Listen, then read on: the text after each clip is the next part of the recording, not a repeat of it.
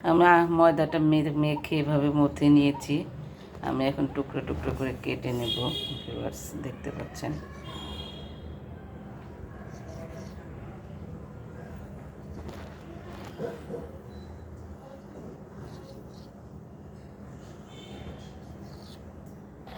Viewers এরকম ছোট ছোট করে লেচি কেটে নিয়েছি আমি।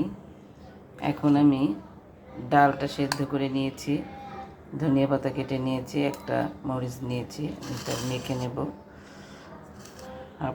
হাফ কাপ ডাল নিয়েছি। ভিউয়ার্স আমি মেখে নিয়েছি, আমি এখন বানাবো।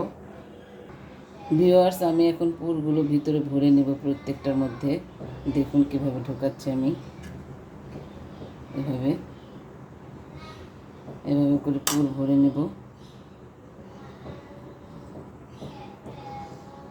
এইভাবে মুখটা সিল করে দিয়ে আমি এভাবে রেখে দেব।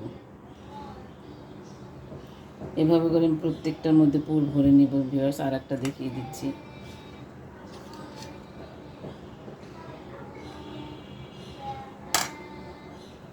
এভাবে ঢুকিয়ে এভাবে সিল করে দিবেন, মুখটা করে ঘুরিয়ে এরকম করে রেখে দেবেন। এইভাবে আমি প্রত্যেকটা করে নেব। এইভাবে হাত দিয়ে চেপে নিতেও পারেন, আবার বেলুন দিয়ে বেলে নিতেও পারেন। আমি হাত দিয়ে চেপে চেপে এই যে ছোটো ছোটো পুরি বানাবো, কাতা পুরি এটার নাম। দেখুন ভিউয়ার্স এইভাবে প্রত্যেকটা আমি এইভাবে করে নেব। এই যে ছোটো ছোটো পুরিতে আমি হাত দিয়ে করে নিচ্ছি। আমি যেভাবে করে নেবেন ভিউয়ার্স আমি দেখিয়ে দিচ্ছি, এভাবে করে নেবেন। আমি এখন তেলে পুরিগুলো দিয়ে দেবো, ছোটো ছোটো পুরিগুলো।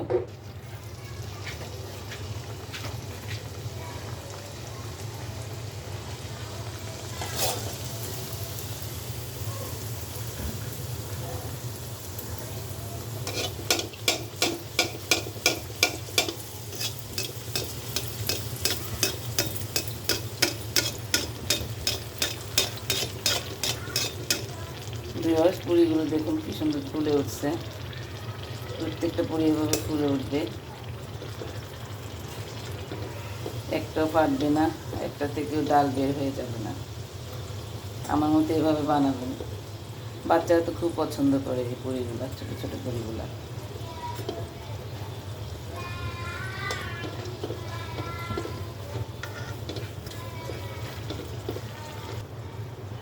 ভিউয়ার্স আমার এটা হয়ে গেছে, আমি একটু তুলে ফেলবো। আমি আর একটা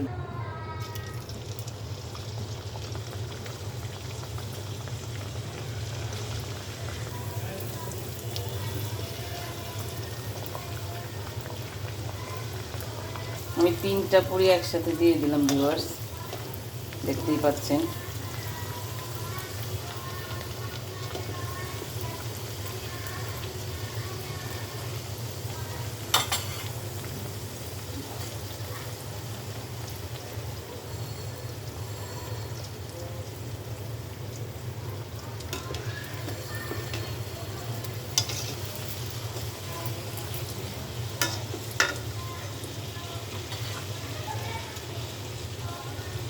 ভিউয়ার্স পুরিগুলো হয়ে গেছে, এখন নামিয়ে নেব।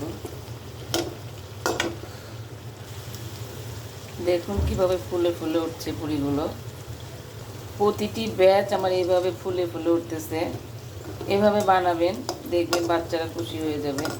বাইরে কিনে খাওয়ার চাইতে বাসায় স্বাস্থ্যসম্মতভাবে বানিয়ে দিবেন।